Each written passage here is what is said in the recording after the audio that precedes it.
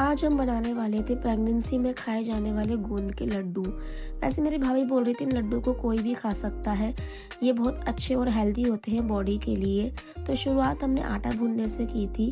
भाभी ने बोला कि आटा इसमें बहुत ज़्यादा स्ट्रेंथ का काम करते हैं, जैसे कि हम कभी कभी रोटी स्किप कर देते हैं तो एक लड्डू खा लें तो हमें काफ़ी सारे न्यूट्रिशंस मिल जाते हैं।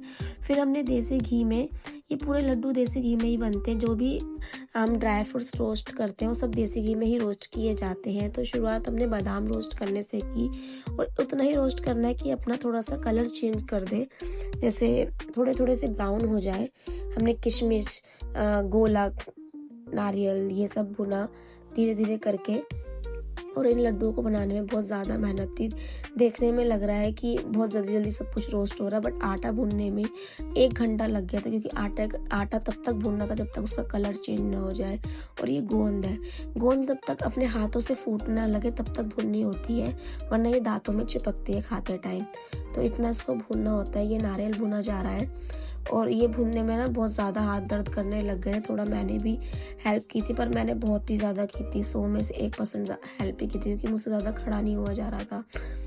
तो ये पूरे लड्डू भाभी ने ही बनाए थे। मैं तो सिर्फ उनके साथ खड़े होकर बात कर रही थी उनसे, और सीख रही थी कि ये कैसे कैसे बनेंगे। फिर आटे में जो नारियल भुना था, भुने हुए आटे में वो मिक्स कर दिया, मखाने भुने गए।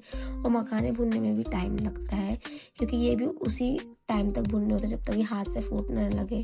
फिर हमने खजूर को भी थोड़ा घी में भुना। फिर ये सब चीज़ें भाभी ने एक साथ रख दी, क्योंकि अब इन सब चीज़ों को कूट कर या मिक्सर ग्राइंडर में ग्राइंड करके थोड़ा मोटा मोटा मिक्स करना था आपस में। तो ये सब भुने हुए रखे हुए हैं। तो भाभी आटा और नारियल मिक्स कर रही थी, और इन सबको ग्राइंड करने की प्लानिंग चल रही थी कि इनको कूटा जाएगा या ग्राइंड किया जाएगा। ये खजूर रखे हुए हैं, खजूर को भी देसी घी में हमने भुना था। तो ये सब चीज़ें ग्राइंड कर ली थी, और ये सब आ गई थी।